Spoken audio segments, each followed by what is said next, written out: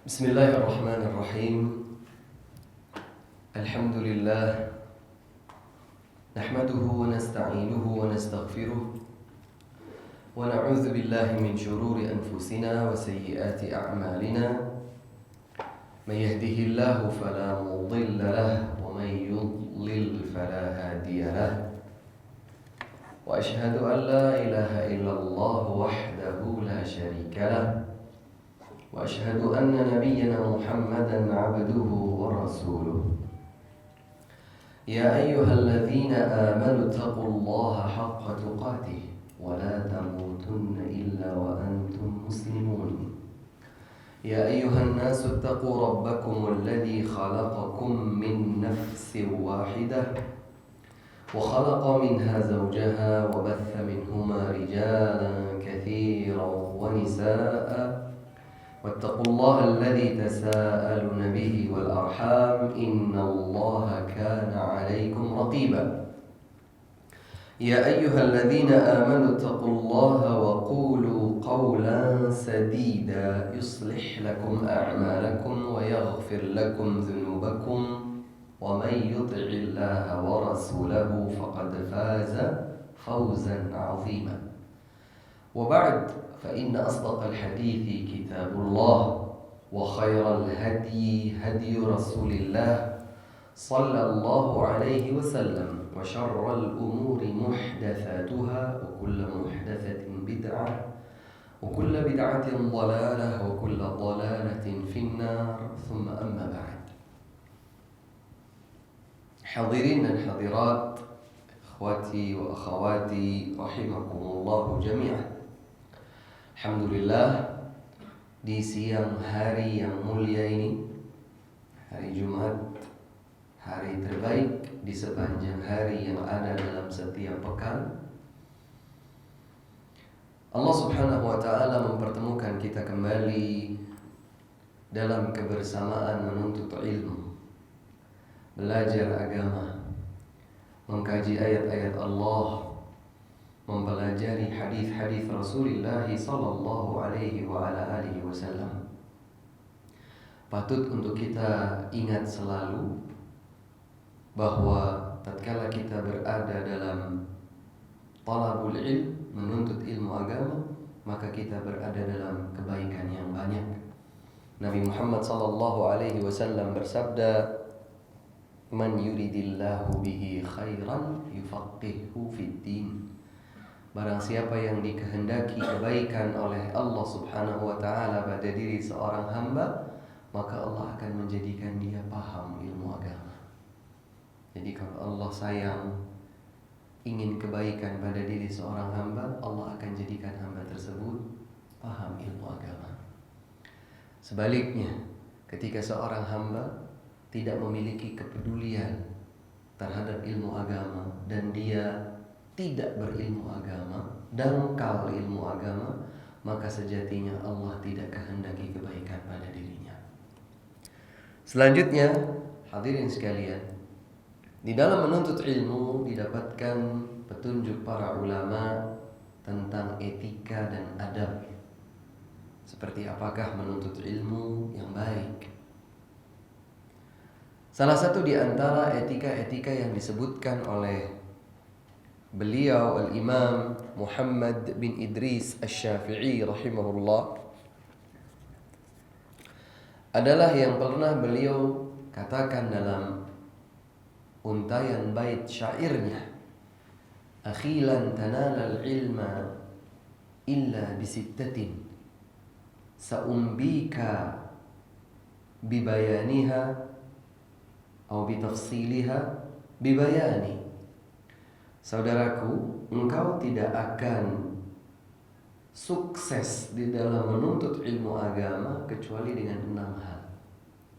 Ya, dengan 6 perkara pokok. Aku akan menyebutkannya, kata beliau. Yang pertama adalah zakain, kecerdasan, intelijensi. Seseorang belajar itu juga butuh intelijensi, kepandaian, kecerdasan untuk mencerna dengan baik dan benar setiap ilmu yang bersumber dari Al-Quran dan hadis Rasulullah sallallahu alaihi wasallam. Yang kedua, Wasabrin, kesabaran. Dan inilah yang ingin kami garis bawahi setelah menyebutkan ungkapan Imam Syafi'i. Kemudian yang ketiga, kesungguhan. Sungguh-sungguh. Tidak bermalas-malasan. Yang keempat, bulghah. Fulus. Butuh finansial. Kalau di zaman dulu, para ulama itu mereka melakukan rihlatu talabil ilm. Dari kota Madinah menuju Baghdad di Irak. Perjalanan ini ditempuh membutuhkan bekal finansial. Atau mereka yang dari Baghdad, dari Irak menuju Syam, Palestina, Lebanon, Suriah. Atau dari Syam menuju Yaman. Kalau dulu jangan dibayangkan ada pesawat. Semuanya melalui kendaraan darat, perjalanan di atas kaki, atau paling bagusnya naik. Bisa onta, bisa keledai, ya, tergantung. Maka dibutuhkan fulus. Kalau di zaman kita sekarang atau bergeser zaman itu, setidaknya untuk membeli kertas, untuk membeli pena, dengan itulah kita mencatat ilmu. Atau transportasi dari satu tempat ke tempat yang lain, atau yang lainnya. Maka menuntut ilmu, kata Imam Syafi'i, membutuhkan finansial. Yang kelima, usuhbati ustadin, membutuhkan bimbingan ustaz, tidak otodidak. Ya, ilmu ini bukan wangsit yang diturunkan lewat mimpi, tidak, tapi diajarkan. Ada mata rantai yang tersambung terus sampai Nabi Muhammad sallallahu alaihi wasallam. Dan yang keenam adalah utuli zamani, waktu yang panjang. Waktu yang panjang. Hendaknya seseorang tidak bermimpi baru 1-2 tahun belajar ilmu agama, kemudian dia menyematkan untuk dirinya sendiri predikat sebagai mufti yang memberikan fatwa. Tidak. Butuh waktu yang panjang untuk sampai kepada derajat seorang alim, derajat seorang mujtahid. Kita semua adalah tullabul ilm. Kita semua adalah penuntut ilmu agama.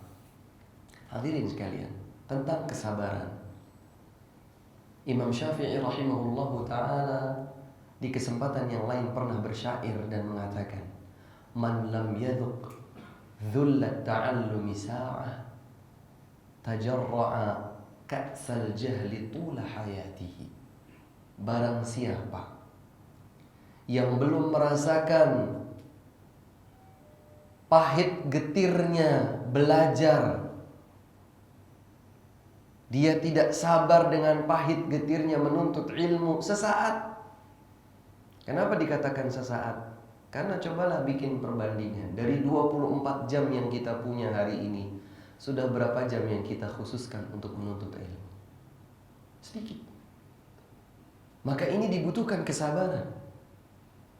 Banyak orang menjalankan aktivitas dunia begitu sabar mereka jalankan berjam-jam lamanya. Maka untuk menuntut ilmu, Imam Syafi'i mengatakan sesaat. Barang siapa yang tidak bersabar menjalankan pahit getirnya belajar, menuntut ilmu agama, meskipun cuma sesaat, akhirnya dia capek, saya gak mau belajar. Orang yang seperti ini, kata beliau, tajarra'a ka'sal jahli tula hayati, dia akan menengguk air kebodohan sepanjang hidupnya. Dangkal ilmu terus, gak tahu terus, bodoh ilmu agama terus menerus. Wal'iyadzubillah. Oleh karena itu, hadirin sekalian, hendaklah kita, meskipun misalnya seperti di siang hari ini, ya, jam-jamnya istirahat ini, siang ini, ya, jamnya istirahat jamnya. Ini kalau disuruh tidur semua mau nggak? Mau ya? Iya. Tapi insya Allah kita bersabar sesaat untuk mendengarkan kajian ilmiah, ayat-ayat Allah, hadis-hadis Rasulullah sallallahu alaihi wa ala alihi wasallam. Baik hadirin sekalian, kita melanjutkan kitab atau kajian kitab hadis-hadis qudsi, hadis-hadis qudsi. Dan kita telah sampai, bagi yang pegang kitabnya, mungkin ibu-ibu di bawah, di halaman 62, hadis 24 dan seterusnya, perihal anak cucu Adam yang menyakiti Allah Subhanahu wa taala dengan mencela masa atau waktu. Sebelumnya kita telah mempelajari tentang perihal anak cucu Adam yang mendustakan Allah Subhanahu wa taala. Maka ada kondisi yang lain, anak cucu Adam itu menyakiti Allah dengan cara dia mencaci maki, mencela waktu, masa. Namun menyakiti Allah jangan dipahami seperti yang terjadi pada manusia. Allah tidak akan tersakiti oleh siapapun. Allah tidak akan terzalimi oleh siapapun karena Allah Subhanahu wa taala Maha berkuasa. Tetapi untuk memahami konteks bagi kita sebagai seorang hamba, dipergunakanlah makna-makna yang mudah untuk terpahami. Ada anak cucu Adam yang menyakiti Allah Subhanahu wa taala dengan cara mencela masa. Hadis ke-24, hadis qudsi yang diriwayatkan oleh Al-Imam Al-Humaidi dalam Musnad, dan Allahu a'lam secara urutan mestinya hadis ke-29 berada di urutan 24. Tetapi karena ada lafaz yu'zini, itulah yang kemudian menjadikan riwayat Al-Humaidi ini didahulukan. Diriwayatkan oleh Al-Humaidi, Al-Bukhari, Muslim, Abu Dawud dan selainnya bahwa Rasulullah sallallahu alaihi wasallam bersabda, Allah Subhanahu wa taala berfirman. Nah, kita di awal kajian terhadap kitab ini sudah menyebutkan tanda dominan hadis qudsi itu, bahwa bunyi hadisnya diawali dengan sabda Nabi sallallahu alaihi wasallam, Allah berfirman. Kalau Nabi bersabda Allah berfirman, maka ini adalah hadis qudsi. Apa firman Allah Subhanahu wa taala dalam hadis ini? Allah berfirman, yu'zini ibnu adama yasubbud dahra wa ana ad-dahru biyadiyal amru uqallibul laila wan nahar. Allah Subhanahu wa taala berfirman, anak cucu Adam menyakitiku. Sekali lagi, jangan dipahami bahwa Allah disakiti seperti disakitinya makhluk. Tidak sama. Tetapi digunakan kata-kata yang memudahkan bagi kita manusia untuk memahami. Kita memahami dengan baik kata-kata menyakiti atau disakiti. Allah berfirman, yu'zini ibnu Adam, anak cucu Adam menyakitiku, kata Allah. Yasubbud dahra, dengan cara mencela masa, mencela waktu. Nanti insya Allah di beberapa riwayat yang lain akan semakin menjadi terang maksudnya apa makna dari mencela masa atau mencela waktu. Wa ana dahru, padahal akulah pencipta waktu. Biyadiyal khair, biyadiyal amr, di tangankulah segala urusan. Segala sesuatu yang terjadi di alam semesta ini ada di bawah kekuasaan tangan Allah Subhanahu wa taala. Uqallibul laila wan nahar, akulah yang membolak-balikkan pergantian siang dan malam. Mungkin gak kalau kita itu siang terus? Mungkin gak? Mungkin. Mungkin gak juga malam terus? Mungkin. Tapi Allah menyatakan seandainya itu terjadi, maka kalian hanya akan merintih merengek. Kalau dijadikan perjalanan hidup dunia ini selalu siang, sarmadan ila yaumil qiyamah, kata Allah. Perjalanannya terus siang atau malam terus, kehancuranlah yang akan terjadi. Maka Allah Subhanahu wa taala tahu benar kebutuhan manusia akan bergantinya siang dan malam. Itulah waktu. Karenanya ada pagi, ada siang, ada petang, ada malam dan seterusnya. Ketika anak cucu Adam mencaci maki masa, mencela waktu, maka saat itulah dia sedang menyakiti Allah Subhanahu wa taala, karena sejatinya waktu itu adalah ciptaan dari Allah. Dalam hal ini kita dapatkan sebuah ayat Allah Subhanahu wa taala dalam surat Al-Jathiyah.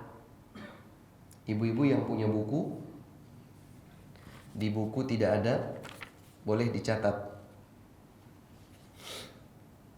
Dalam surat Al-Jathiyah ayat 24. Allah Subhanahu wa taala berfirman,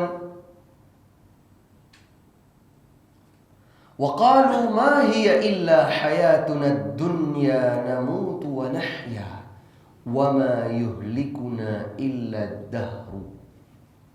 Ayat ini mengisahkan tentang ucapan orang-orang kafir yang hidup mereka di dunia, mereka pikir hanya hidup, mati, selesai.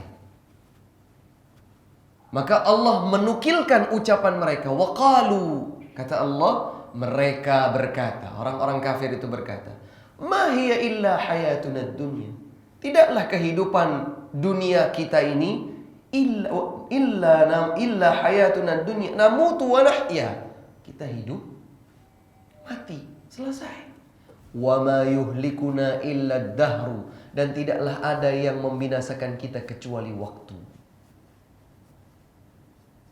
Jadi ada orang-orang yang menuhankan waktu sedemikian sampai-sampai mereka pikir bahwa hidup mereka hanyalah pergantian waktu.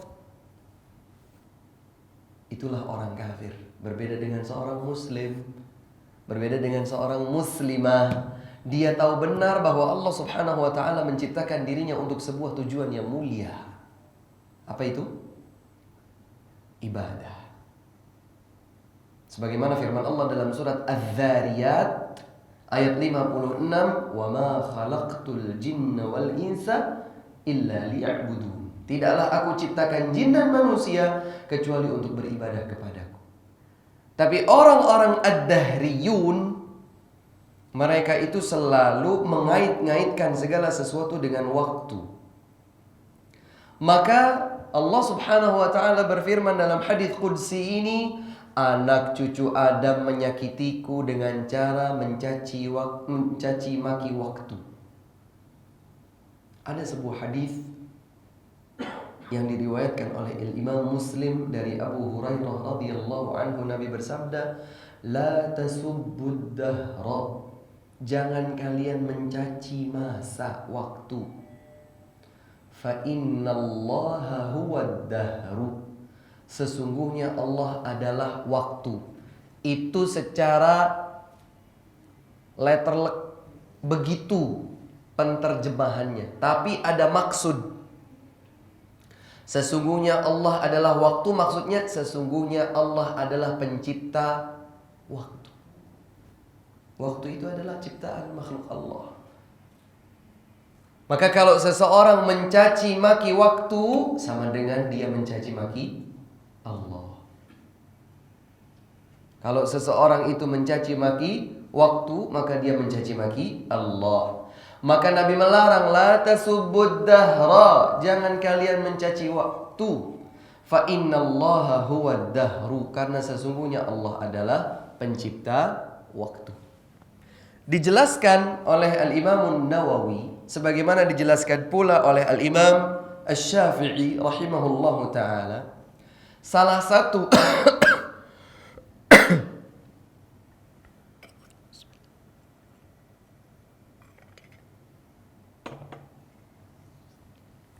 sebab Nabi SAW memberikan tuntunan agar kita tidak mencaci maki waktu adalah karena dahulu orang-orang jahiliyah mereka selalu mencaci maki waktu.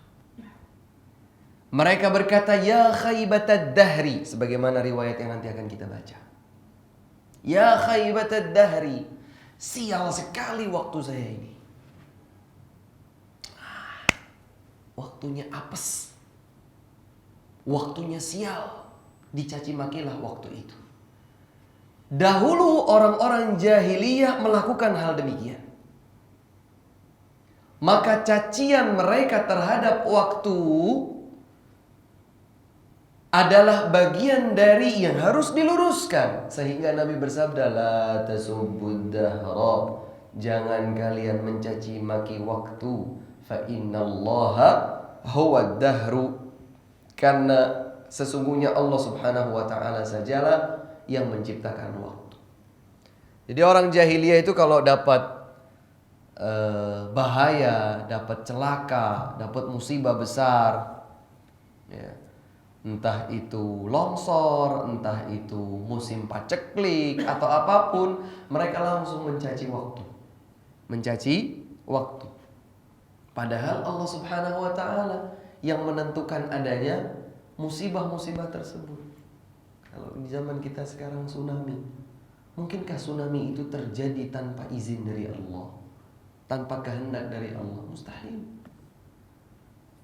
Sekalipun secara ilmiah para pakar menyebutkan ada pergesekan lempengan bumi yang terletak bla bla bla, akhirnya menimbulkan pusaran dan seterusnya.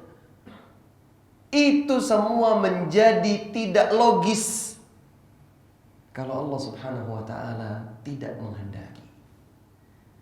Tapi segala sesuatu bahkan yang menurut perhitungan manusia mustahil akan logis kalau kita sadar bahwa segala sesuatu itu merupakan kehendak Allah subhanahu wa ta'ala, pasti akan terjadi.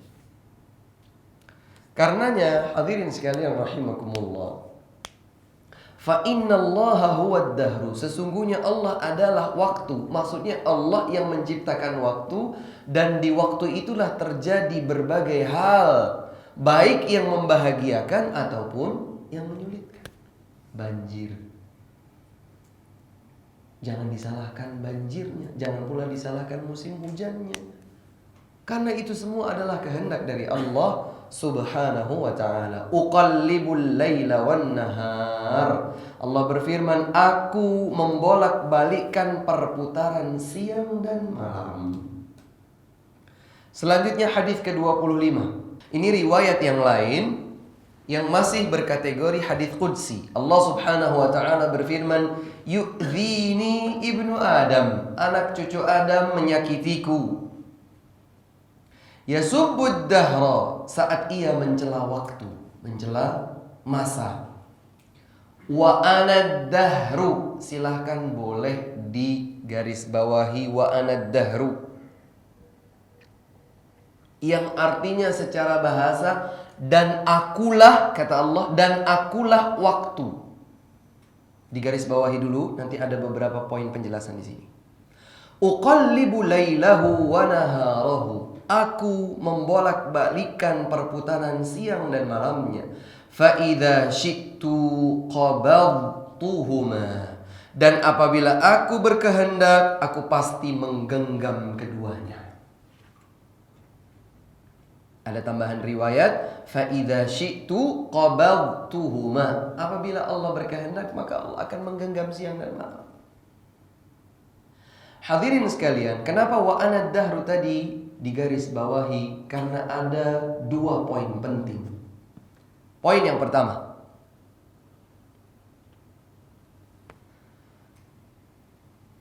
wa anad dahru, dan aku adalah waktu. Maknanya bukan Allah itu sama dengan waktu, tetapi Allah adalah pencipta, pemilik, pengatur waktu, penguasa waktu. Loh, kenapa dipelesetkan ke situ, Ustaz? Kenapa kita tidak ambil sesuai dengan yang zahir dalam hadis saja? Karena nanti kalau kita tidak jelaskan seperti itu, menjadi bingung bagi kita tatkala Allah menyatakan uqallibu lailahu wa naharahu. Aku yang membolak-balikkan siang dan malamnya. Aku membolak-balikkan siang dan malamnya. Berarti waktu itu sesuatu yang terpisah, bukan Allah, tapi sesuatu yang diciptakan oleh Allah. Karenanya Allah membolak-balikkan siang dan malamnya. Maka makna wa ana dahru, dan aku adalah waktu, firman Allah, bukan berarti waktu itu adalah Allah, Allah itu adalah waktu, bukan. Tapi Allah adalah penguasa waktu, Allah adalah pemilik waktu, Allah adalah pengatur berputarnya waktu. Dengan dalil Allah menyatakan setelahnya uqallibu lailahu wa naharahu. Aku membolak-balikan siang dan malamnya. Ini poin yang pertama. Bisa dipahami insyaallah. Poin yang kedua, ad-dahru bukan nama Allah Subhanahu wa ta'ala. Kalau kita mengetahui banyak sekali hadis yang menyebutkan bahwa Allah Subhanahu wa ta'ala misalnya menyatakan ana al-malik, aku adalah al-malik, maka al-malik itu salah satu nama Allah. Ana ar-rahman, Allah berfirman aku adalah ar-rahman, maka ar-rahman itu adalah nama Allah. Dalam beberapa ayat juga banyak, huwal ghafurur rahim, dialah Allah al-ghafur ar-rahim, maka al-ghafur adalah nama Allah, ar-rahim juga nama Allah. Al-malikul quddusus salamul mu'minul muhaiminul azizul jabbarul mutakabbir, semua itu adalah nama-nama Allah. Berbeda dengan yang satu ini. Meskipun Allah berfirman anad-dahru, maka ad-dahru bukan nama Allah. Kenapa? Karena ada makna terselubung tadi yang kita pahami di poin pertama. Anad-dahru bukan aku adalah waktu, tetapi aku adalah pencipta dan penguasa waktu. Maka ad-dahru bukan nama Allah Subhanahu wa ta'ala.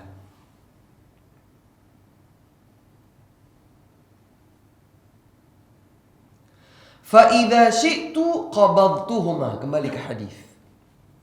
Fa'idha syi'tu qabadtuhuma. Dan apabila aku berkehendak, maka aku menggenggam keduanya. Artinya menggenggam keduanya habis. Kalau habis berarti selesai. Berputarnya siang dan malam bukan sesuatu yang sia-sia. Karenanya kita sering mendengar inna fi khalqis samawati wal ardi wa ikhtilafil laili wan nahari la ayatil liulil albab. Sesungguhnya penciptaan langit dan bumi, berputarnya siang dan malam, terdapat tanda-tanda kekuasaan Allah bagi orang-orang yang cerdas berpikir. Bukan, oh sekarang siang, oh nanti sore, oh ntar malam, besok pagi lagi. Berlalu begitu saja. Orang-orang yang cerdas, orang-orang yang berpikir, yang mempergunakan akal pikiran mereka untuk merenungi, mencermati tanda-tanda kekuasaan Allah, maka di setiap perputaran siang dan malam terdapat tanda-tanda tersebut. Karenanya hadirin sekalian, seorang muslim dan muslimah itu tidak pernah lepas berzikir, mengingat Allah. Berzikir mengingat Allah. Karena beliau tahu berdirinya, duduknya, bahkan terbaringnya, semuanya adalah bagian yang Allah uji pada dirinya. Alladzina yadhkuruna Allaha qiyaman wa qu'udan wa 'ala junubihim. Yaitu hamba-hamba Allah yang selalu berzikir pada saat berdiri, pada saat duduk, pada saat berbaring. Wa yatafakkaruna fi khalqis samawati wal ard. Dan mereka selalu berpikir terhadap penciptaan langit dan bumi. untuk merasa tunduk patuh kepada Allah Subhanahu wa taala, kita itu kecil. Kita itu tidak ada apa-apanya. Jangankan dari ketinggian sana. Dari hotel, dari gedung berlantai 10 saja. Kita melihat dari lantai 10 sebuah gedung, lihat ke bawah. Mobil yang sejatinya cukup untuk 6-7 orang, kita lihat dari atas itu tidak lebih dari kuku kita. Besarnya. Berarti kalau ada 7 orang di dalam mobil tersebut, lebih kecil lagi, sepertujuh dari besarnya mobil itu. Silahkan naik lagi ke lantai berikutnya, lantai 20. Lihat orang yang ada di bawah. Lihat segala sesuatu yang di bawah. Maka kita akan terlihat sangat kecil, kecil, dan kecil. Dan Allah Subhanahu wa ta'ala menciptakan perputaran siang dan malam ini bukan tanpa hikmah. Waktu adalah bagian dari yang Allah ciptakan untuk menjadi ujian manusia. Karenanya Allah berfirman dalam surat Al-Mulk, surat Tabarak, ayat yang kedua. Dan ayat ini sudah sangat sering diingatkan kepada kita. Alladzi khalaqal mauta wal hayata liyabluwakum ayyukum ahsanu amala. Dialah Allah yang menciptakan mati, yang menciptakan hidup untuk menguji kalian. Siapa di antara kalian yang paling baik amalnya? Maka sejatinya perputaran siang dan malam justru untuk menjadikan kita cermat merenungi masa. Dan lihat surat-surat pendek dalam Al-Quran. Banyak sekali sumpah Allah atas nama masa. Wal asr. Sebagian ulama memahami wal asr itu adalah masa secara umum, demi masa. Sebagian kecil ulama tafsir memahami bahwa wal asr ini demi waktu asar. Wal asr. Wal fajr, demi waktu fajr. Walayalin ashr, demi malam yang 10. Wadduha, wallaili idza saja. Dan silahkan lihat di dalam juz amma, banyak sekali Allah Subhanahu wa ta'ala bersumpah dengan waktu. Karena sejatinya manusia itu bergulat dengan waktu. Tidaklah berlebihan kalau ada sebagian penyair mengatakan al-waqtu kas-sayf illam taqta'hu qata'ak. Waktu itu seperti halnya pedang. Jika engkau bukan yang memotong waktu, menjadikan waktu itu tunduk di bawah pengaturan kita untuk selalu beribadah kepada Allah, maka waktu yang akan memotong dirimu. Engkau yang akan habis ditelan oleh waktu. Selanjutnya hadis yang ke-26. Allah Subhanahu wa ta'ala berfirman, Yu'dhin ibnu Adam, anak cucu Adam menyakitiku. Seperti yang tadi. Yaqul, saat ia berkata, ya khaybatad dahri. Ya khaybatad dahri, di sini diterjemahkan, hai masa yang mengecewakan. Ini halus.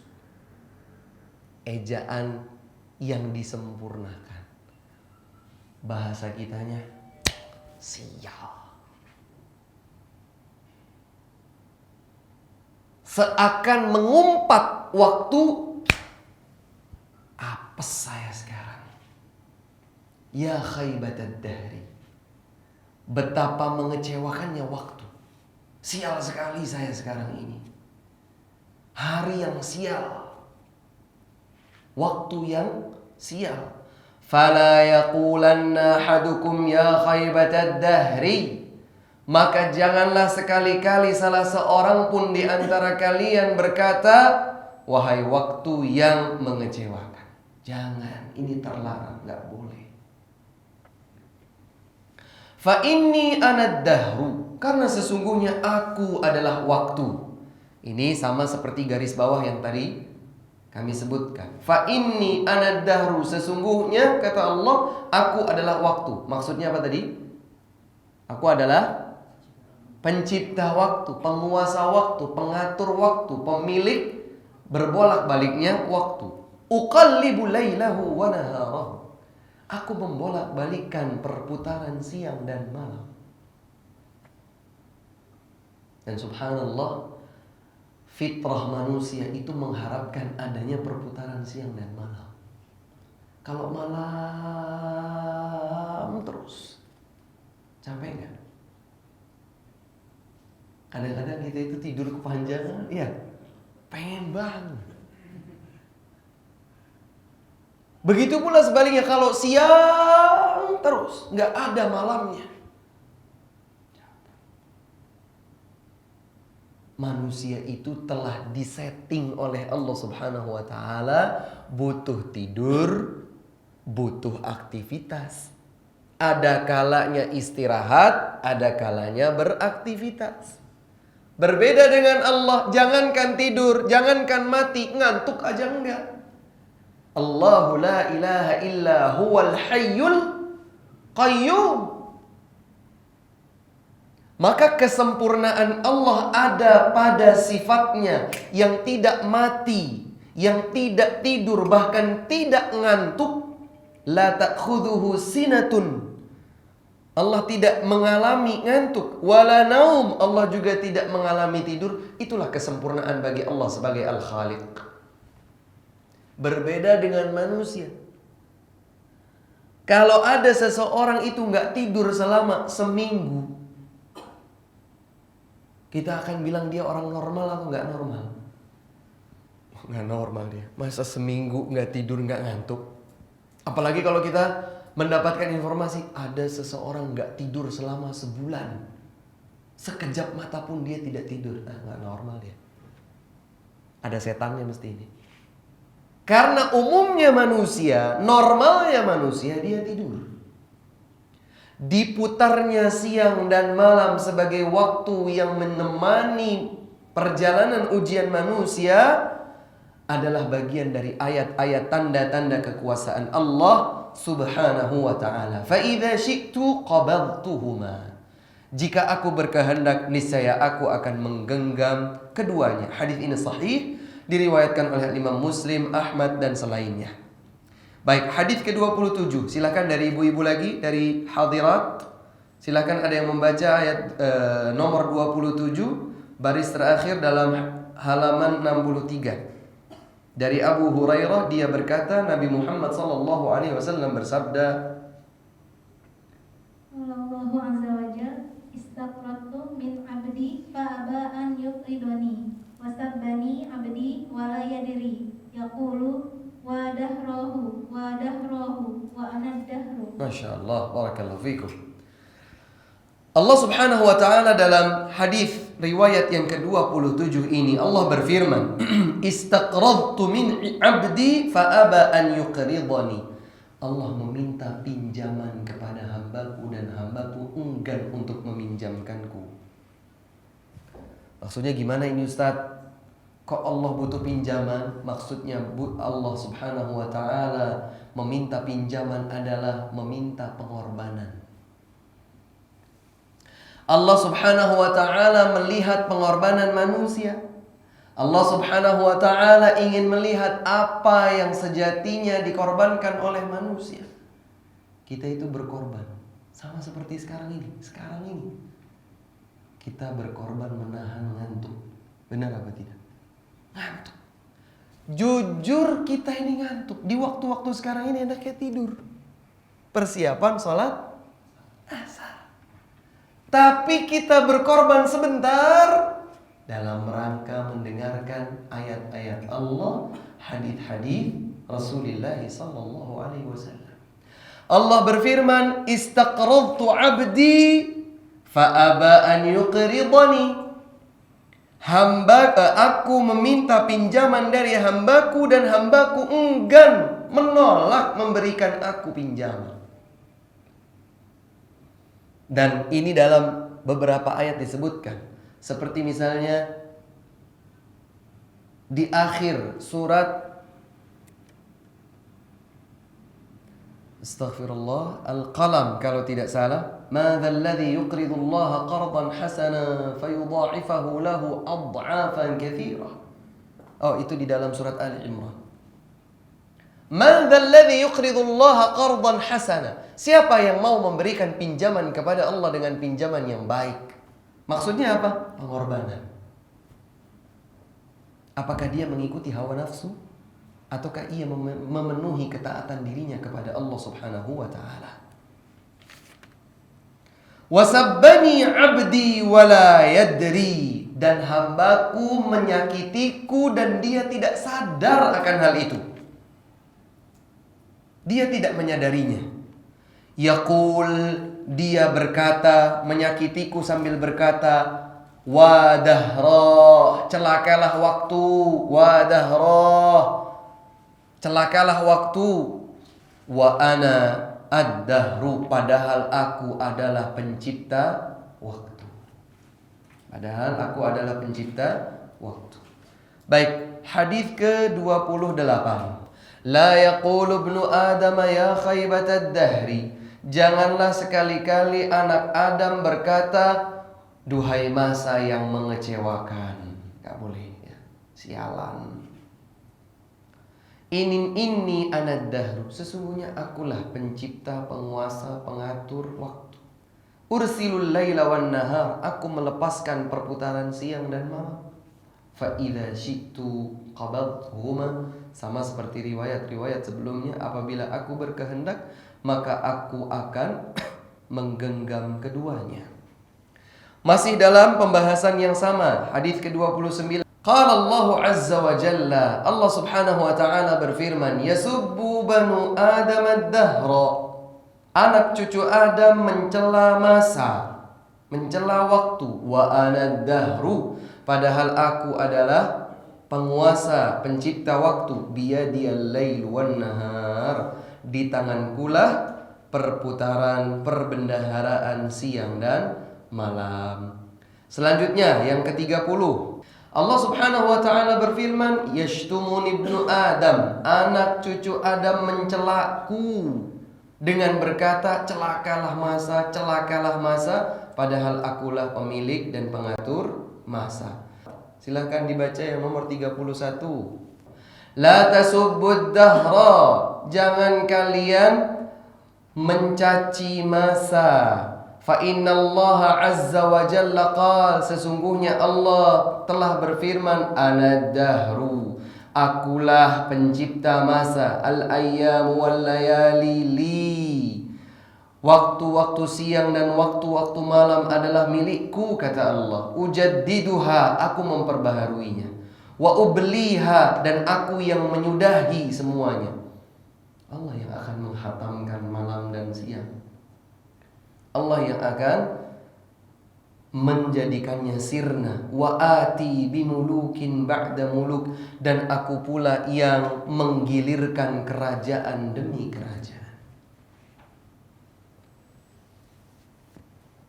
Coba diingat-ingat, sebelum masa seperti sekarang, adanya negara-negara, dulu kerajaan-kerajaan.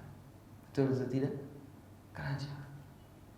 Bahkan sekarang ketika sudah berbentuk seperti republik, negara, presidennya juga berganti-ganti. Iya kan? Penguasa, pemimpinnya itu berganti-ganti. Semua itu adalah segala sesuatu yang tidak keluar dari ketetapan hukum Allah Subhanahu wa taala. Ya. Semuanya tidak mungkin keluar dari kehendak Allah Subhanahu wa ta'ala. Ujaddiduha wa ubliha, aku yang memperbaharui adanya waktu dari siang nanti malam. Gak kerasa, tadi kayaknya baru jam 8 pagi, sekarang sudah jam setengah 3, hampir setengah 3 sore. Kemudian kita tidak ingat semalam sudah gelap, sekarang sudah terang lagi. Terus begitu. Wa ati bimulukin ba'da muluk, dan aku yang mempergilirkan kerajaan demi kerajaan. Oleh karenanya ayuhal ikhwah, tadi kita diingatkan pergantian siang dan malam, penciptaan yang ada di langit dan di bumi, penciptaan Allah Subhanahu wa ta'ala, itu ada padanya tanda-tanda kebesaran Allah bagi yang mau berpikir. Kalau dia nggak berpikir atau tidak mau mencermati, tidak mau merenungi, ya sudah, lewat begitu saja, berlalu. Dia tidak mengambil pelajaran-pelajaran berharga. Dia tidak belajar dari perjalanan perputaran waktu. Dulu saya begini, masa saya sekarang mau begitu lagi? Mestinya saya memperbaiki diri. Kemarin saya berdosa, maka masa mau berdosa lagi? Dan begitu seterusnya. Kemudian yang ke-32, silakan ibu-ibu. Ibu-ibu ada yang membaca riwayat yang terakhir dalam bab ini?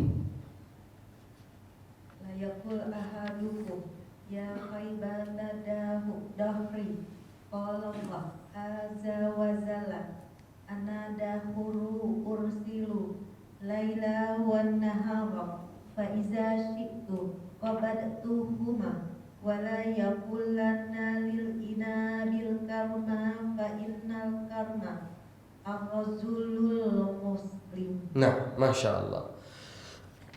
Janganlah salah seorang di antara kalian berkata, ya khaybatad dahri, celakalah waktu.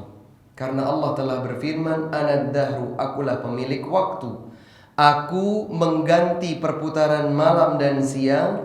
Jika aku berkehendak, maka aku akan menggenggam keduanya. Dan janganlah sekali-kali salah seorang dari kalian mengatakan anggur dengan ucapan al-karm. Kalau kita mengenal karma, sebagaimana orang-orang Hindu memiliki keyakinan adanya karma. Di sini dalam hadis ini Rasulullah SAW menegaskan, janganlah salah seorang di antara kalian menyebut anggur dengan kata al-karm. Karm yang artinya kemuliaan. Karena sesungguhnya karm, kemuliaan itu dikhususkan untuk seorang muslim. Al-karm itu dikhususkan untuk seorang muslim. Artinya ada ungkapan-ungkapan tertentu yang tidak boleh digunakan, tidak pada tempatnya. Seperti ad-dahru tadi. Dahru ketika dicaci maki, ini salah. Karena artinya kita akan mencaci maki penciptanya. Kita akan mencaci maki pemiliknya, pengaturnya. Demikian pula anggur, inab, buah anggur itu tidak boleh diungkapkan dengan kata al-karm. Karena al-karm yang artinya kemuliaan itu khusus hanya untuk seorang muslim. Maka seorang muslim tidak disamakan dengan halnya anggur. Inti dari hadis-hadis yang menyebutkan tentang bahwa Allah Subhanahu wa taala adalah pencipta waktu, sehingga kita tidak boleh mencaci maki waktu. Terakhir, sebelum kita buka tanya jawab, dijelaskan oleh Syekh Muhammad bin Salih Al-Utsaimin rahimahullahu ta'ala bahwa mencaci maki waktu itu ada 3 macam dan memiliki konsekuensi hukum yang berbeda. Ada kalanya boleh, ada kalanya bernilai syirik, ada kalanya sekedar bernilai maksiat tidak sampai kepada syirik. Ada 3 klasifikasi. Yang pertama, an yaqsidal khabaral mahdha dunal laum. Seseorang hanya menyatakan tentang kabar, murni hanya menyatakan tentang kabar, tanpa mencaci waktu, tanpa mencaci maki waktu. Contohnya apa Ustadz? Contohnya ketika seseorang berkata begini, kata Syekh, ta'ibna min syiddati harri hadzal yawm aw bardi. Duh, Masya Allah, dingin hari ini sangat melelahkan. Panas hari ini sangat melelahkan. Kata beliau, yang seperti ini boleh. Kenapa? Li'annal a'mala binniyah. Karena sesungguhnya setiap amal itu tergantung niatnya. Kalau dia niatnya hanya sekedar memberitahukan kondisi yang terjadi, memang panas sekali. Biasanya panasnya kota Jakarta misalnya 40 derajat Celcius misalnya. Tiba-tiba mencapai 44 derajat Celcius. Panas sekali. Kemudian seseorang berkomentar, panas banget hari ini. Benar-benar panasnya. Yang seperti itu, kalau memang mengisahkan tentang yang terjadi tanpa ada niatan untuk mencaci maki masa waktu, maka ini tidak apa-apa. Yang seperti ini boleh. Kemudian yang kedua, an yasubbad dahra ala annahu huwal fa'il. Mencaci maki masa atau waktu seakan-akan menempatkan waktu seperti halnya pelaku. Seakan-akan waktu itu adalah pelaku. Kejadian banjir, kejadian longsor, tsunami, gempa bumi, meletusnya gunung, dan seterusnya. Seakan-akan waktulah yang berbuat itu, maka ini syirik. Ini adalah kesyirikan. Sebagaimana sebagian orang yang di hari kemarin atau sebelumnya, 2 hari yang lalu, di daerah Yogyakarta misalnya, ingin ngalap berkah, mencari keberkahan dengan cara menyusun tumpukan buah dan mereka lemparkan ke laut. Mereka pikir ada sesuatu yang menerima persembahan mereka itu sehingga mereka mendapatkan keberkahan. Siapa yang memberikan keberkahan kalau bukan Allah? Keyakinan semacam itu menjatuhkan para pelakunya pada zona syirik. Demikian kalau ada seorang hamba yang meyakini bahwa waktu adalah pelaku terjadinya longsor, terjadinya angin tornado, terjadinya ini, terjadinya itu adalah waktu, maka dia terjatuh pada kesyirikan. Wal'iyadzubillah. Adapun jenis yang ketiga, an yasubbad dahra wa ya'taqidu anna al-fa'ila huwa Allah walakin yasubbuhu li ajli hadhihi al-umur al-makruhah fa hadha muharram wa laysa bikufur. Yang mencaci maki masa, namun dia tetap meyakini bahwa Allah Subhanahu wa ta'ala sajalah yang menetapkan adanya berbagai kejadian. Dia yakin Allah yang meletuskan gunung, ya, yang menjadikan kejadian tsunami, banjir bandang, banjir bah, dan seterusnya, itu Allah. Tapi dia mencaci maki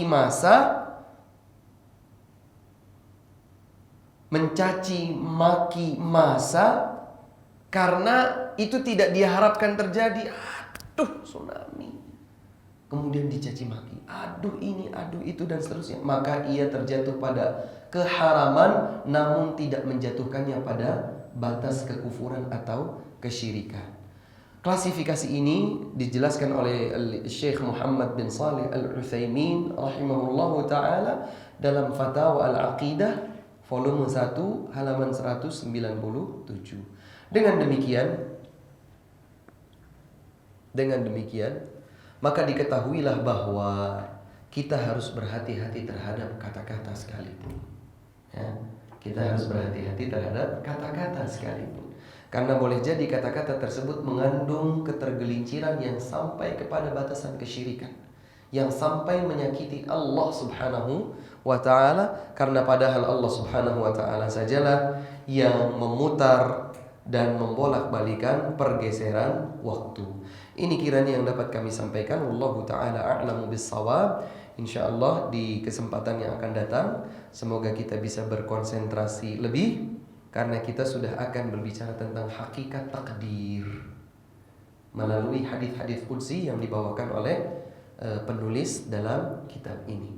Permasalahan takdir tentu saja permasalahan yang cukup panjang karenanya dijadikan sebagai salah satu dari rukun iman. Tetapi semoga Allah Subhanahu wa taala memudahkan kita semua untuk mengkajinya. Wallahu taala a'lamu bis-shawab wa akhiru da'wana alhamdulillahi rabbil alamin. Bila ada pertanyaan terkait dengan kajian pembahasan kita, kami persilakan. Orang menunggu waktu nih, kayak hujan nih Ustaz ya. Terus aku jadi nggak berhenti dia tuh. Assalamualaikum Ustaz. Jangan nih, hujan terus nih jadi nggak bisa pergi. Itu termasuk ngeluh, itu termasuk mencaci waktu-waktu juga. Baik. Baik, Ibu silakan. Tadi saya masih mendengar pertanyaan dari salah satu ikhwan. Nanti insya Allah kita akan jawab semuanya. Silakan Ibu sampaikan. Assalamualaikum Ustaz. Waalaikumsalam warahmatullah. Kalau hukum perkataan seperti ini, misalnya kalau sering musim hujan terus panas, tiba-tiba hujan panas gitu kan biasanya orang gampang sakit ya Ustaz. Kalau kita hukum ucapan seperti itu bagaimana? Wah sekarang musim apa ya, pancaroba Pak, musim hujan tiba-tiba panas jadi orang gampang sakit gitu. Jadi mengaitkan sakitnya itu sebabnya adalah pancaroba. Iya Ustaz. Baik. Tadi pertanyaan dari Bapak agak sedikit ada kesamaan, tetapi Bapak bertanya tentang kalau seseorang itu mengalami hujan, dia sudah merencanakan sesuatu, hujan turun, terus turun, bahkan rencana yang sudah disusun sebelumnya gagal. Kalau dia mencaci hujan, apakah termasuk ini? Kalau dia mencaci maki hujan, dia termasuk mencaci maki waktu. Kan tidak boleh. Disyukuri. Dan yakinlah, berprasangka baiklah kepada Allah bahwa Allah inginkan sesuatu hikmah di balik hujan besar sehingga kita tidak jadi beraktivitas. Yakin. Dan manusia itu diciptakan dalam kondisi halak. Gampang berkeluh kesah, banyak mengeluh. Innal insana khuliqa halu'a. Sesungguhnya manusia itu diciptakan dalam kondisi banyak mengeluh. Idza massahu syarru jazu'a wa idza massahu khairu manu'a. Dia kalau ditimpa sesuatu yang enggak enak, dia akan mengumpat, dan apabila dikasih sesuatu yang enak, dia lupa untuk bersyukur kepada Allah Subhanahu wa ta'ala. Oleh karena itu, syukuri hujan. Karenanya tidak ada satu hadis pun yang mengajarkan kepada kita saat turun hujan untuk mencaci maki hujan. Tidak ada. Yang ada adalah berharap keberkahan. Allahumma ghaithan sayyiban nafi'an. Dalam hadis yang lain, ghaithan maghithan hani'an mari'a. Meminta hujan yang mendatangkan manfaat. Atau berlindung diri dari hujan yang besar. Allahumma alal akam. Ya Allah, semoga hujan-hujan besar semacam ini diturunkan di tengah-tengah hutan saja. Au manabitis syajar. Di tempat-tempat tumbuhnya pepohonan saja. Kita tidak boleh mencela hujan. Maka orang yang mencela hujan dikhawatirkan masuk kepada caciannya terhadap waktu atau terhadap masa. Demikian Allahu a'lam. Kemudian pertanyaan dari ibu tadi, kalau masa pancaroba ya, sehingga banyak yang sakit, ini bisa menjadi satu dari dua kemungkinan. Jika yang terjadi jika dia meniatkan sekedar kabar, mungkin seseorang itu sakit karena pengaruh dampak dari pancaroba. Kemarin panas, sekarang dingin hujan. Atau pagi hujan, siangnya langsung panas. Ketika itu hanya sekedar kabar, sebagaimana tadi klasifikasi yang pertama, idza kana khabaran mahdhan, kalau itu hanya sekedar kabar yang memang terjadi, sekedar kabar, tidak ada maksud mencela sama sekali, maka ini tidak apa-apa. Tapi kalau dia menyebutkan pancaroba ini dengan niatan untuk mencelanya, maka ini yang tidak boleh. Ini yang tidak boleh. Sama seperti ketika kita menjaga gigi kita, makan yang tadinya panas banget tiba-tiba dingin banget. Kemudian kita memberikan komentar, jangan makan yang panas kemudian dingin atau sebaliknya. Karena itu akan menyebabkan rapuhnya gigi misalnya. Ini kan sekedar kabar. Nah, kalau pancaroba tadi juga disebutkan dalam konteks pengkabaran, maka insya Allah tidak apa-apa. Tapi kalau sudah sampai kepada niatan untuk mencaci, mencela masa, maka ini yang tidak diperbolehkan. Wallahu a'lam. Ada pertanyaan yang lain? Satu aja Ustaz. Silakan. Kalau hukumnya, misal kita biasa dengerin murotal ya, tapi kalau lagi sakit tuh nggak mau dengerin murotal, itu wajar atau emang hatinya yang berpenyakit? Justru ditanya kenapa? Kayaknya pusing gitu Ustaz. Kalau pas sakit aja sih. Sakit dengar murotal malah pusing. Ya apa aja sih, nggak murotal aja, apa aja gitu. Jangan. Ya, berobat itu justru dengan Al-Quran. Ketika Allah Subhanahu wa taala berfirman, "Fihi shifa hudaw wa rahmah." Maka Al-Quran itu terdapat penyembuh. Al-Quran itu adalah bentuk kasih sayang Allah kepada hamba-hambanya. Dan justru tatkala kita sakit, kita itu dianjurkan untuk ruqyah. Dan ruqyah adalah dengan membaca Al-Quran. Ya, oleh karena itu harus dibedakan antara mendengar musik dengan mendengar Al-Quran. Kalau sakit mendengar musik tambah sakit, bener. Tapi kalau sakit mendengar Al-Quran tambah sakit, kayaknya perlu ada yang diluruskan ini. Jangan-jangan ada yang memang perlu diruqyah pada dirinya. Nah, oleh karena itu kita berdoa kepada Allah Subhanahu wa taala dengan doa yang pernah diajarkan, dan doanya cukup panjang. Mungkin ibu-ibu sudah hafal, yang ikhwan juga mungkin sudah hafal. Doanya agak panjang, dan intinya ada di belakangnya. Saya coba bacakan. Allahumma inni abduka, ibnu abdika, ibnu amatika, nasiyati biyadika, madin fiyya hukmuka, adlun fiyya qada'uka. As'aluka Allahumma bikulli ismin huwa laka, sammaita bihi nafsaka, أو أنزلته في كتابك أو علمته أحدا من خلقك أو استأثرت به في علم الغيب عندك أن تجعل القرآن ربيع قلبي ونور صدري وجلاء حزني وذهاب همي. Sudah pernah mendengar doa ini? Yang ibu-ibu udah pernah mendengar? Ini doa yang diajarkan oleh Nabi SAW agar kita mendapatkan keberkahan dari Al-Quran. Nur sadri, rabi'a qalbi. Ya Allah, jadikan Al-Quran sebagai musim semi di hatiku. Kalau kita tahu ada 4 musim, musim panas, musim dingin, musim semi, musim gugur. Mana musim yang paling disenangi oleh banyak orang? Musim semi. Kenapa? Dia tidak terlalu dingin, dia tidak terlalu panas, dan pemandangannya selalu saja indah. Karena waktu itu bunga sedang bersemi, mekar. Diumpamakan Al-Quran itu sebagai musim semi di hati, karena memang Al-Quran bisa mendamaikan jiwa dan kalbu ini. Wa nura sadri, ya Allah jadikan Al-Quran sebagai cahaya di dadaku.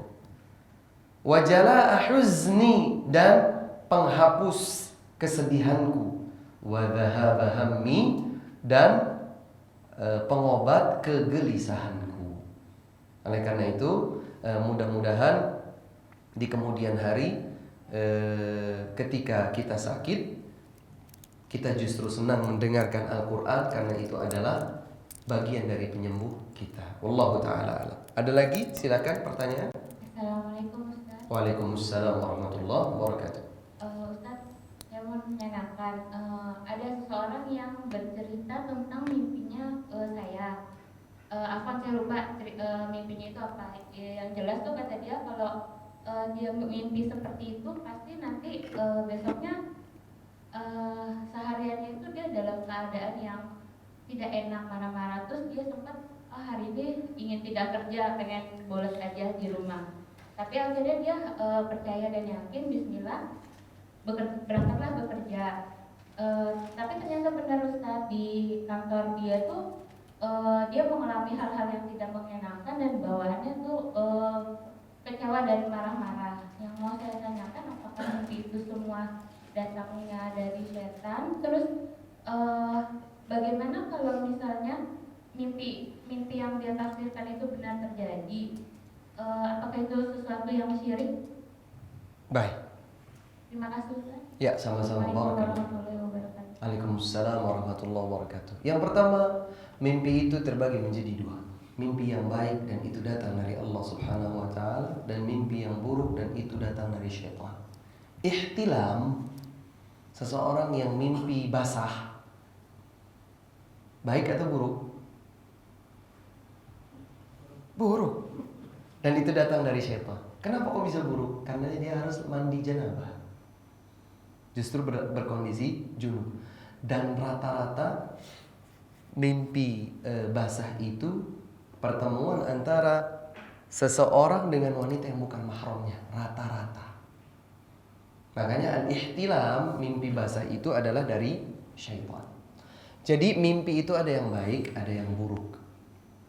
Kemudian berdasarkan klasifikasi yang lain, mimpi itu ada yang termasuk adghathu ahlam, bunga tidur. Tidak bermakna. Tidak bermakna. Tetapi ada mimpi yang merupakan kebenaran dan itu adalah mimpi para nabi. Ya, mimpi kebenaran itu adalah mimpi para nabi. Karenanya Nabi Yusuf alaihi salam bermimpi melihat 11 kaukaban, melihat 11 bintang dan seterusnya, ya, yang ada di dalam surat Yusuf. Dan Nabi Muhammad sallallahu alaihi wasallam pertama kali menerima wahyu sebagai nabi dan rasul, yaitu beliau melihat ar-ru'ya as-sadiqah, mimpi-mimpi yang benar. Apa bentuknya? Mithlu falaqis subh. Beliau melihat adanya sinar yang terang di waktu subuh. Itu mimpi beliau. Dan itu adalah wahyu pertama yang Allah Subhanahu wa taala berikan kepada Rasulullah sallallahu alaihi wa ala alihi wasallam. Kemudian setelah klasifikasi tersebut, ada etika yang telah diajarkan oleh Nabi Muhammad sallallahu alaihi wasallam. Kalau kita mimpi baik, maka jangan ceritakan kecuali kepada orang yang kita cintai saja. Tapi kalau kita mimpi buruk, jangan diceritakan kepada siapapun sedekat apapun dia.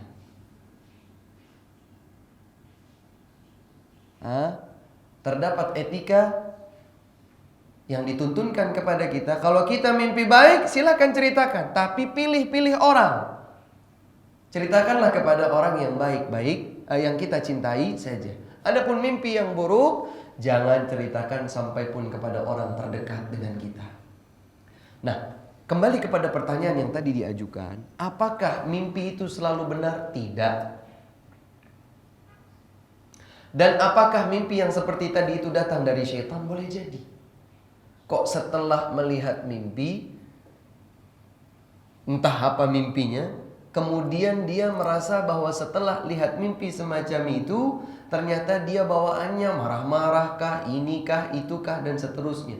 Ada yang perlu diketahui bahwa kita tidak boleh bertatayyur, mengaitkan sesuatu baik dan buruk berdasarkan sesuatu yang tidak ada hubungannya sama sekali.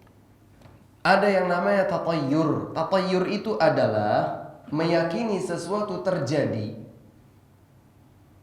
dengan sebab-sebab yang tidak logis. Nah, kalau saya mimpi begini, mesti saya jadi jelek. Tapi kalau saya mimpinya begini, maka saya baik. Tidak nyambung.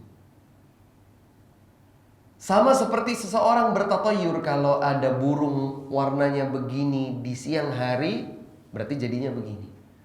Kalau saya lihat ada kucing ketabrak mati di jalan, berarti begini. Kalau saya lihat ini berarti begitu, dan seterusnya. Ini disebut tatayyur. Kita tidak boleh bertatayyur. Dan kalaulah mimpi seseorang itu benar, maka mimpi itu ditafsirkan oleh orang-orang yang mendalam ilmu agamanya, dan biasanya mereka justru tidak cerita-cerita. Ini dialami oleh para ulama. Ta'biru al-manam, menyingkap tabir mimpi. Mungkinkah itu terjadi, Ustaz? Mungkin. Siapa yang melakukannya? Para ulama. Dan mereka ketika memberikan tabir mimpi biasanya menyebutkan dalil. Dan justru orang-orang semacam ini sedikit dan jarang karena mereka nggak bilang-bilang. Pasang tarif ahli tabir mimpi. Nggak ada. Kalaulah ada di zaman sekarang dan mereka bukan orang saleh, maka mereka termasuk al-arrafin, orang-orang yang mengaku tahu ilmu ghaib. Wal'iyadzubillah. Maka kembali kepada pertanyaan tadi, ketika kita mimpi yang buruk, jangan ceritakan kepada orang, ya. Kemudian jangan kait-kaitkan segala sesuatu yang terjadi dengan mimpi buruk tersebut. Berlindung dirilah kepada Allah Subhanahu wa ta'ala agar kita dilindungi dari keburukan. Demikian wallahu a'lam. Silakan. Bagaimana dengan dosa-dosa yang orang yang telah lupa ingatan atau misalnya jadi gila, dosanya yang lalu itu diampuni atau gimana sih? Beda antara orang gila dengan orang yang lupa ingatan. Kalau lupa ingatan, dia sadar, hanya saja memori ingatannya lupa. Tapi kalau orang gila, dia di luar batas normal. Yang ditanyakan dua-duanya. Baik, ibu-ibu sekalian, ada pertanyaan tentang bagaimana hukum atau bagaimana kondisi orang-orang yang lupa ingatan atau gila. Dosa-dosanya yang telah lalu bagaimana? Berbeda antara orang yang gila, yang artinya dia tidak memiliki batas normal, ya, dia tidak memiliki batas kewarasan yang normal, sehingga dia melakukan perbuatan-perbuatan yang aneh, yang tidak umum. Ini orang yang gila. Orang yang gila, sekalipun dia melakukan sesuatu yang buruk, yang haram, yang dosa, tidak tercatat selama gilanya. Sebelum dia gila, maka itu dicatat. Maka kalau seseorang itu berada dalam kondisi gila kemudian dia wafat, apakah dosa-dosanya yang telah lalu akan diperhitungkan?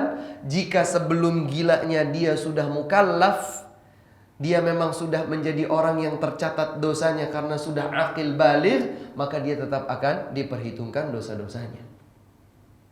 Tapi kalau orang lupa ingatan, dia itu sebetulnya orang normal, hanya memorinya saja terhapus, kan begitu.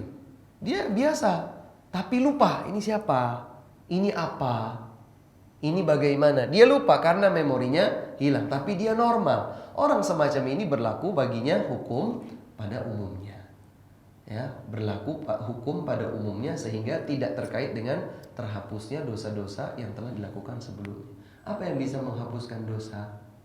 Taubat, istighfar kepada Allah Subhanahu wa ta'ala, dan amal-amal salih yang dilakukan setelah dosa itu terjadi. Wallahu a'lam. Ibu-ibu, barangkali ada pertanyaan lagi? Ya, ibu-ibu. Assalamualaikum. Waalaikumsalam warahmatullahi wabarakatuh. Silakan. Apa tentang ini di luar tema? Silakan. Ada yang lagi hamil Ustaz pas bulan Ramadan, dia masih tetap puasa, tapi 3 hari apa 5 hari menjelang Ramadan Syawal dia melahirkan Ustaz. Ya. Tapi dia kan nggak puasa, Ustaz, lupa bayar fidyah, itu hukumnya gimana? Ya. Bismillahirrahmanirrahim. Wassalatu wassalamu ala rasulillahi amma ba'du. Dalam masalah ini, seorang wanita yang seorang wanita yang menyusui atau dalam kondisi hamil, kemudian dia meninggalkan puasanya, ada perbedaan pendapat di antara para ulama. Ada yang menyatakan bahwa dia wajib mengqadha, menggantikan hari puasanya. Ada yang berpendapat harus diperinci, dia meninggalkan puasa itu karena mengkhawatirkan dirinya atau janin dan anak susuannya. Sehingga mereka menyatakan yang meninggalkan puasa karena mengkhawatirkan dirinya, maka dia berpuasa mengqadha sekaligus membayar fidyah. Namun ada juga yang berpendapat wanita hamil menyusui, wanita hamil atau menyusui yang meninggalkan puasa berdasarkan athar dari Ibnu Abbas dan Ibnu Umar adalah bahwa mereka cukup membayar fidyah. Dan dari pendapat tersebut ada sebagian ulama yang menguatkan pendapat pertama atau pendapat kedua atau pendapat ketiga. Dan semuanya ilmiah berdasarkan ijtihad yang ada. Oleh karena itu, ketika kita menjalankan yang demikian ini sesuai dengan ilmu yang ada, maka insya Allah tidak masalah. Ketika kita ambil pendapat yang pertama atau kedua atau ketiga, tidak menjadi masalah.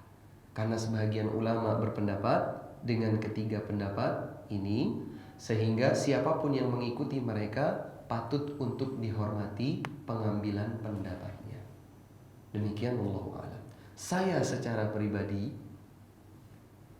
dan saya tidak mengajak ya, saya hanya sekedar menyampaikan secara pribadi berdasarkan athar Ibnu Abbas dan Ibnu Umar yang disahihkan oleh Syekh Al-Albani dalam kitabnya Al-Irwaul Ghalil.